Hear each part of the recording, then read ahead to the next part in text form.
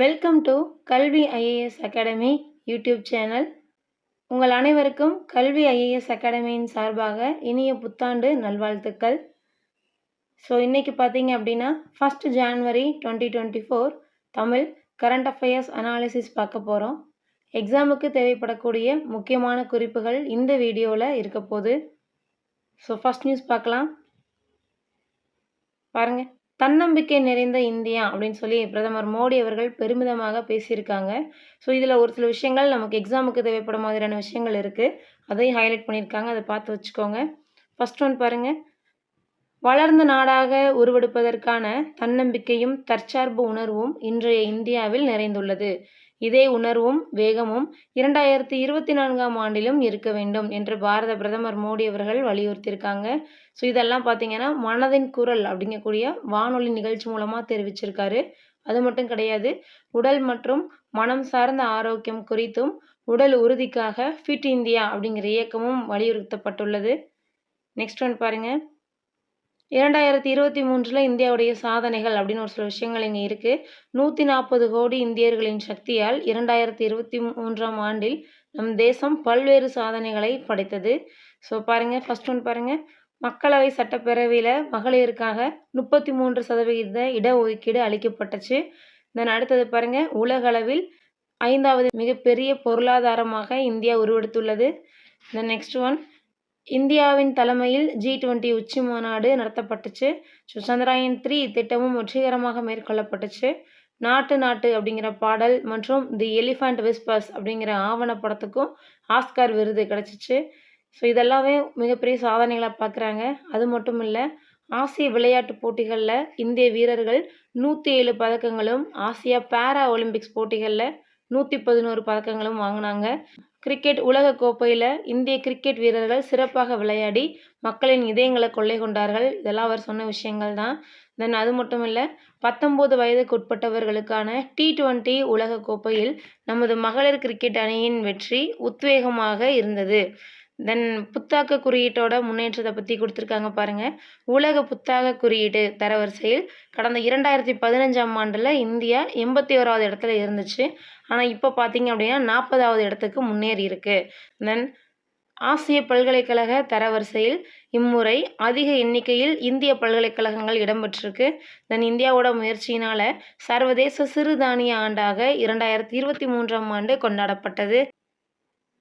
தென் தேசமே முதன்மையானது என்பதை விட மேலான மந்திரம் வேறு இல்லை அப்படிங்கிற மந்திரத்தை 2024ஆம் ஆண்டிலும் மக்கள் மேலெடுக்கணும் பிரதமர் மோடி அவர்கள் தெரிவிச்சிருக்காங்க. தென் நெக்ஸ்ட் ஒன் பாருங்கள், ராணி வேலு நாச்சியாருக்கு புகழாரம்.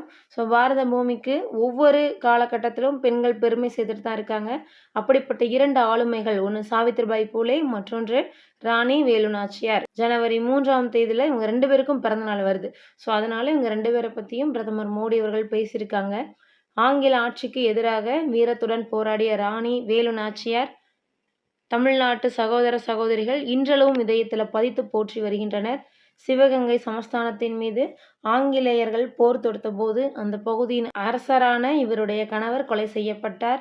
ராணி வேலு நாச்சியாரும் அவருடைய மகளும் எப்படியோ எதிரிகளிடமிருந்து தப்பித்தனர். பின்னர் மருது சகோதரர்களிடம், அதாவது தனது தளபதிகளுடன் இணைந்து ஒரு படையை உருவாக்கி பல ஆண்டுகள் வரை அதை வலுப்படுத்தினர். முழு தயாரிப்போடு ஆங்கிலேயர்களுக்கு எதிராக நெஞ்சிரத்தோடும் உறுதியோடும் போர் புரிந்தார்கள். ஸோ இதெல்லாம் தான் பாரத பிரதமர் அவர்கள் வேலு நாச்சியார் பற்றி கூறினது. தென் அது மட்டும் இல்லை, பெண்கள் மற்றும் தாழ்த்தப்பட்டவர்களின் கல்விக்காக ஓங்கி குரல் கொடுத்தவர் சாவித்ரிபாய் பூலே.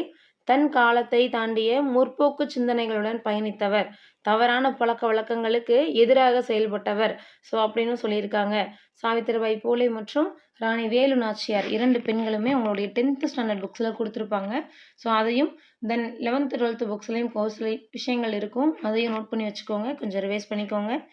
தென் காசி தமிழ்ச்சங்கம் பாருங்கள், அண்மையில் நடைபெற்ற காசி தமிழ்ச்சங்கம், அதாவது காசி தமிழ்ச்சங்கமும் 2.0 அப்படிங்கிற நிகழ்ச்சியில் செயற்கை நுண்ணறிவு தளமான பாசினியை பொது மேடையில் முதல் முறையாக பயன்படுத்தினேன் அப்படின்னு பாரத பிரதமர் அவர்கள் தெரிவிச்சிருக்காங்க. ஸோ அந்த ஏஐ டெக்னாலஜி இருக்குல்லையே, அதை பற்றின விஷயங்கள் தான் இது. தென் நெக்ஸ்ட் நியூஸ் பார்க்கலாம். எக்ஸ்போசாட் செயற்கைக்கோளுடன் இன்று விண்ணில் பாய்கிறது PSLV C-58. விண்வெளியில் உள்ள கருத்துளை நியூட்ரான் நட்சத்திரங்களின் செயல்பாட்டை ஆய்வு செய்வதற்காக எக்ஸ்போசாட் என்று சொல்லக்கூடிய எக்ஸ்ரே போலாரிமீட்டர் சேட்டலைட் என்னும் அதிநவீன செயற்கைக்கோளை இஸ்ரோ வடிவமைத்துள்ளது. ஸோ இந்த செயற்கைக்கோளோட மொத்தம் பார்த்தீங்கன்னா 469 கிலோ எடை கொண்டது. 5 ஆண்டுகள் ஆயுட்காலம் கொண்டதான் இந்த எக்ஸ்போசாட் அப்படிங்கிற இந்த செயற்கைக்கோள். நெக்ஸ்ட் நியூஸ் பார்க்கலாம். JN1 கொரோனா பரவலை தடுக்க பரிசோதனைகளை அதிகரிக்க வேண்டும் என்று மத்திய இணையமைச்சர் SP சிங் பகேல் தெரிவித்துள்ளார். நெக்ஸ்ட் நியூஸ் பாருங்க.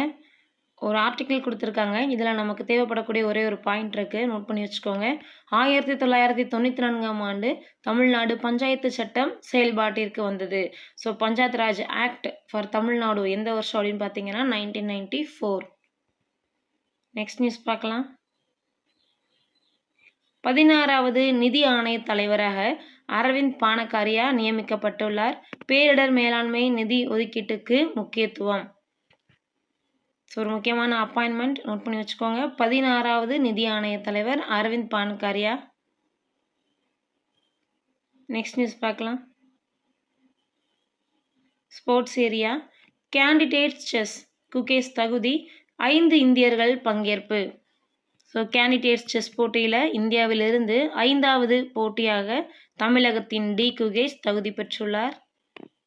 ஸோ இதுக்கு முன்னாடி பார்த்தீங்க அப்படின்னா நடப்பாண்டு 2023 தகுதி வாய்ந்த போட்டிகளில் சிறந்த முடிவுகளை எட்டியதன் அடிப்படையில் அந்தந்த போட்டிக்கு தேர்வாகி இருக்கிறாங்க. கேண்டிடேட்ஸ் செஸ் போட்டியில் ஆடவர் பிரிவுக்கு தகுதி பெற்ற 3வது இந்தியர் குகேஷ் அப்படின்னு சொல்லியிருக்காங்க. இதுக்கு முன்னாடி பார்த்தீங்கன்னா தமிழகத்தின் பிரக்ஞானந்தா, மகாராஷ்டிரத்தோட விதித் குஜராத்தி ஆகியோர் அந்த போட்டியில் இடம்பெற்றிருக்காங்க. உலகக்கோப்பை செஸ் போட்டியில் 2ஆம் இடம் பிடித்ததன் அடிப்படையில் பிரக்ஞானந்தாவும், கிராண்ட் ஸ்விஸ் செஸ் போட்டியில் சாம்பியன் என்ற முறையில் விதித் குஜராத்தி ஆகியோரும் தங்களுக்கான இடத்தை பெற்றிருக்காங்க.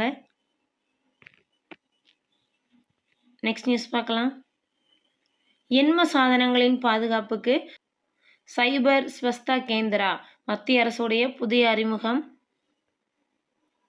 எண்ம இந்தியா முன்னெடுப்பின் ஒரு பகுதியாக பொதுமக்களுடைய எண்ம சாதனங்களின் இணைய பாதுகாப்புக்கு சைபர் ஸ்வஸ்த கேந்திரா என்ற வலைதளத்தை மத்திய அரசு அறிமுகப்படுத்தியுள்ளது.